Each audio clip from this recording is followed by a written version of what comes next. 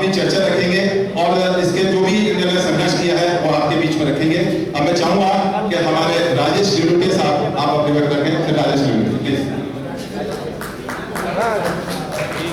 सबसे पहले बाबा साहब भीमराव अम्बेडकर जी के चरणों में नमन करता हूँ।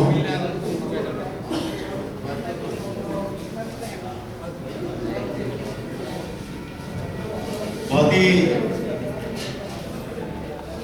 खुशी का मौका है कि समाज के सभी बुद्धिजीवी वर्ग हमारा यहाँ पर उपस्थित है और आज हम बाबा साहब को याद कर रहे हैं, उनके लिखे हुए उस ग्रंथ को। भैया प्लीज एक मिनट 2 मिनट सुन लीजिए, मतलब की बात है। केन साहब प्लीज बैठिए, बात नहीं कर लीजिए थोड़ा आप प्लीज आप थोड़ा ध्यान दें, आप ध्यान दें। देखिए ये हमारे राजनेता हैं और इसी तरह आपसे बहुत अपेक्षा है, जब तक आप इनको नहीं सुनेंगे फिर आप इनको दोष भी ना दें। ये हम आपको बता रहे हैं, क्योंकि दोष फिर आप ही देते हैं। जो आपके सामने बात रखे हैं उसको आपको ध्यान को सुनना चाहिए। और जो बाहर जितने भी मेरे साथीगण खड़े हैं, आपसे प्रार्थना है कि कृपया आप यहाँ प्रांगण में आ जाएं प्लीज। देखिए, जो बाबा साहब डॉक्टर अम्बेडकर जन्मोत्सव कमेटी के अध्यक्ष हैं केन साहब,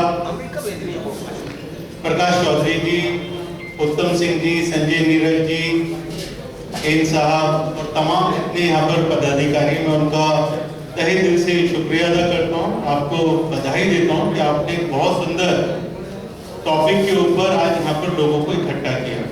हमारे बीच में हमारे बहुत ही अजीज हमारे बड़े भाई और हमारी प्रेरणा स्रोत, समाज के लिए हमेशा आवाज उठाने वाले दिल्ली सरकार में मंत्री हैं भाई राजेंद्र सिंह गौतम जी।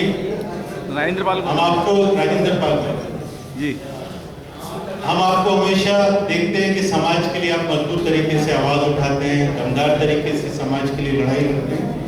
हमें बड़ा गर्व होता है।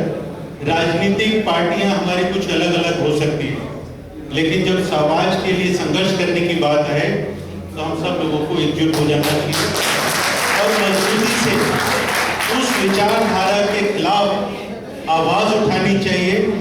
संघर्ष के लिए एक मिनट भाई, ये क्या कर रहे हो यार? ए भैया ऐसा प्लीज आप सुनिए, ये कार्यक्रम स्वागत वाला नहीं है। प्लीज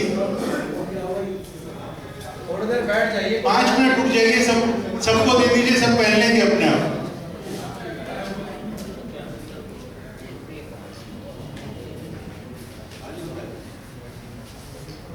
ये कार्यक्रम में यहाँ पर उपस्थित हमारे भाई आनंद साहब जो विधायक हैं पटेल नगर से, महमूद प्राचार्य जी, छात्र जीवन से हम लोगों ने साथ में पहले छात्र जीवन के अंदर उन्होंने स्टूडेंट पॉलिटिक्स में आवाज उठाई, स्टूडेंट्स के वेलफेयर के लिए हम लोगों ने साथ में काम किया। आज यहाँ पर एक बहुत बड़े मजबूत आवाज सुप्रीम कोर्ट तक की उठाते हैं। दलितों के ऊपर कोई अत्याचार हो, अल्पसंख्यकों के ऊपर हो, पूरे देश भर में किसी के ऊपर भी कोई अत्याचार हो, तो आप देखते हैं कि महमूद प्राचार्य जी उसके ऊपर दमदार तरीके से आवाज उठाते हैं। यहाँ पर ऊपर साहब बैठे हैं और तमाम जितने भी हमारे और साथी हैं। प्रेरणा जी आप आइए ऊपर, हमारे निगम पार्षद हैं। साथियों, जो कार्यक्रम का टॉपिक है वो है संविधान आरक्षण बचाओ। हमारे लिए बड़े गर्व की बात है कि संविधान किसने लिखा? संविधान बाबा साहब भीमराव अम्बेडकर ने लिखा। और संविधान जो भारत का संविधान है, मैं कहूँ कि पूरे विश्व के अंदर सबसे बड़ा संविधान और इससे खूबसूरत संविधान शायद किसी भी कंट्री में का नहीं हो सकता।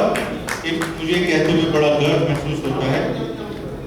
उस संविधान के अंदर जो बाबा साहब ने हम लोगों को सुरक्षित रखने के लिए, बराबरी का दर्जा देने के लिए जो कानून बनाए, आज मौजूदा हालात इस तरीके के हैं कि आज वो संविधान को कमजोर करने के लिए कुछ ताकतें देश के अंदर सत्ता में बैठी हैं।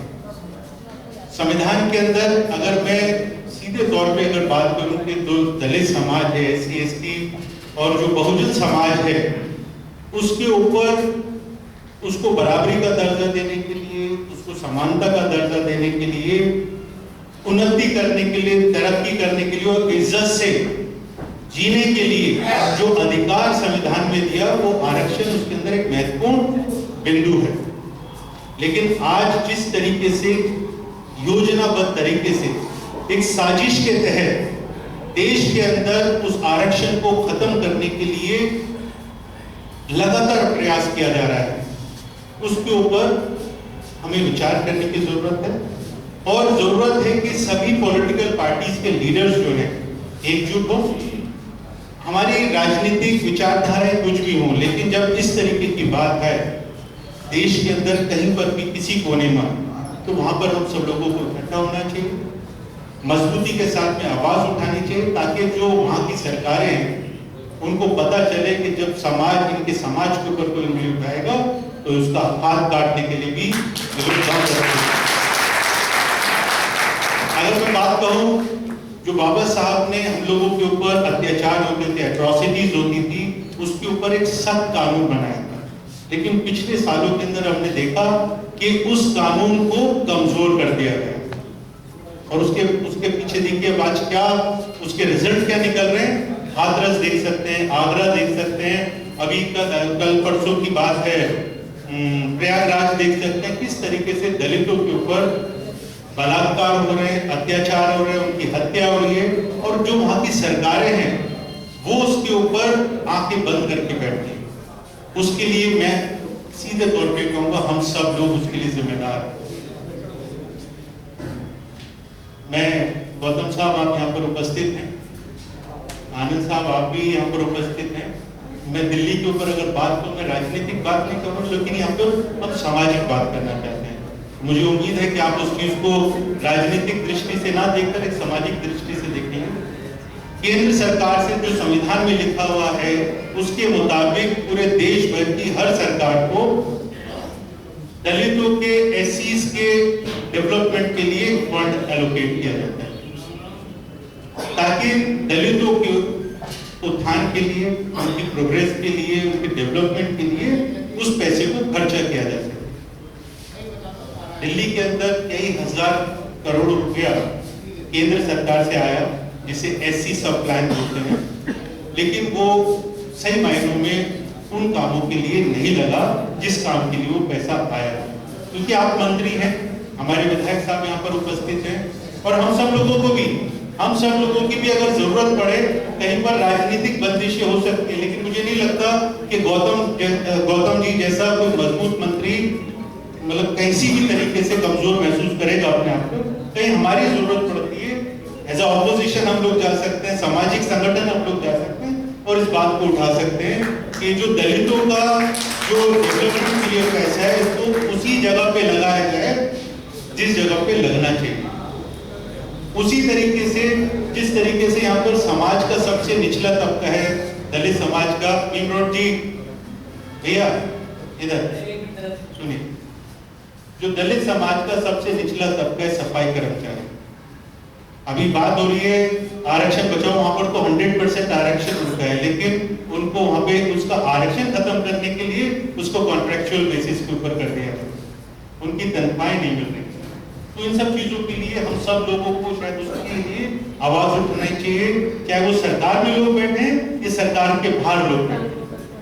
आप लोग सहमत हैं मेरी बात से? तो बातें बहुत सारी हैं, बहुत सारी बातें हम लोग कर सकते हैं, लेकिन यहाँ पर जिस पर्पस के लिए हमें बुलाया गया वो ये है कि यहाँ पर हमसे सवाल पूछे जाए। आप सब लोगों का, जैसा यहाँ पर उत्तम जी आप बता रहे थे, उत्तम साहब आप बता रहे थे कि यहाँ पर जो हम लोग आए हैं, जिन्हें आप लोग चुनकर भेजते हैं सरकारों के अंदर, विधायक बनाकर, सांसद बनाकर, निगम पार्षद बनाकर, उन लोगों से सवाल करने का आपको अधिकार है, समाज को अधिकार है। मेरा ऐसा मानना है कि राजनीतिक दलों में हम हो सकते हैं, राजनीतिक पदों में हम हो सकते हैं, लेकिन समाज से बड़ा कोई नहीं हो सकता। तो समाज बड़ा है, आप लोग अधिकार रखते हैं कि कोई भी सवाल है जो आपको लगता है कि सामाजिक उत्थान के लिए, उसके बेहतरी के लिए अगर आपके मन में कोई सवाल है तो उसको करें, रखें। और इस तरीके की जो केन साहब और उत्तम जी आपने ये जो सेमिनार्स रखे हैं, ये इसी पर्पस के लिए होते हैं ताकि विचारों का आदान प्रदान किया जा सके। आपने मुझे यहाँ पर आमंत्रित किया, उसके लिए बहुत बहुत धन्यवाद। जय हिंद, जय भारत।